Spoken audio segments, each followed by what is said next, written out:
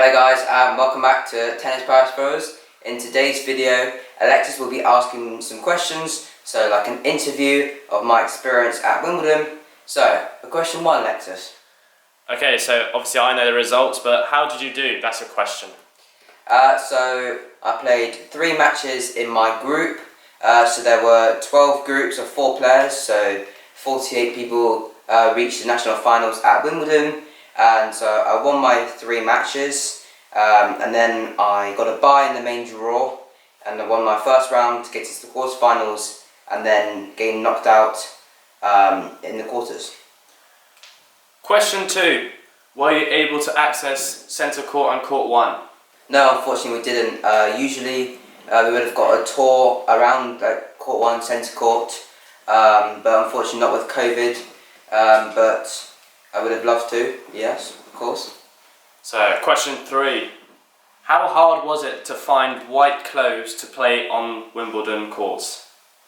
I mean, that wasn't my job, to be honest. My mum did that, but it was very hard, as I heard, because obviously there's a lot of clothing with just like some white, but then there's also like black or other colours on it, which wasn't allowed because it has to be 90% white. So you can only have like a logo, maybe 1 or 2 stripes, so that was quite hard, but got it all in the end, and I got this nice shirt gifted from Wimbledon, so that's awesome. Can you explain the event and how it works? So to get to Wimbledon, I had to get past 2 stages, so a club event where I had to play the players of my club, and the runner-up and the winner of that would advance to the winners of each club that participated in your county. So I then won that, so I won for Dorset. So altogether I had to win 6 matches, so I had to do it quite a long way to get there, but I did it and I'm very happy to be playing at Wimbledon. So 9,000 people participated all over the UK, with 650 clubs, and now only 48 boys and 48 girls in the regional, and I think 32 boys and 16 girls from the national qualified, so yeah. Okay, so is it just a British event or international usually? So for this year it was just British because of COVID, but normally there's people from Hong Kong, India and China, and normally they come abroad, so they have to do the same process, a road to Wimbledon event, so obviously in their country, and then they normally come over, so I think that would have been a very cool experience, but unfortunately not this year. Yeah. How did you prepare for your match before and after? I mean, there was this like players area where there was like some benches and you could warm up there. So I hit some balls just over the bench there and did my physical warm up. So I thought that was a great way to warm up before my match, just get in the zone. So I did that, and then obviously normally there's practice courts, but because of the rain and the weather there are no practice courts, so I had to find other ways to get going before a match. And after the match? After the match I went to get some food.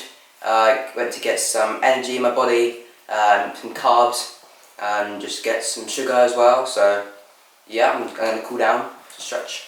What did you think of Wimbledon food? Wimbledon food? That's food a very good question. I thought it was very nice. The pasta, I had that a couple of days. I had some cheeseburger and chips, sandwiches. So yeah, the quality was very good. Quite expensive, but I had this card where I could order, so not too bad. As you know, whenever Djokovic wins Wimbledon, he always tries to taste grass. Did you manage to taste the grass at all? No. No? No. No. I'm not that type. I don't eat grass. That's a shame, you're not a cow. What was your tactic on the grass court? Well, obviously I played a tournament before as like a preparation, so I played twice on the grass before. There was also another tournament where they had clay, artificial grass and real grass, so played a couple of times. So I was just trying to like slice balls, keep it low, because obviously the bounce isn't the best. Maybe come in, try and finish up the volley, and also tactics, just drop shots. Because if it's good, the point's nearly over. Because they can't, it's not the best to run on as well. So that was definitely a tactic. Okay, 2 more questions. What would you rate your experience at Wimbledon, and will you try next year? Oh, for sure. I'd give it 10 out of 10. I think even if it wasn't the main championship, it looked after you very well. Obviously having your own locker room, having free physio, sports massage, your own restaurant, your own lounge, ice baths. They had everything. They really looked after you quite well, and I thought it was great. I got my own player tag, some goodies. Yeah, that was amazing. Okay, so last question. Did you manage to meet any professional tennis players? Yeah, so on the first day, because it was raining, the match just got delayed by like an hour and a half. So because Jeremy Shardy, he lives in London, he came and we had like a question and answer with Jeremy Shardy and got some photos. So that was very awesome, good experience. So yeah, that's our interview done.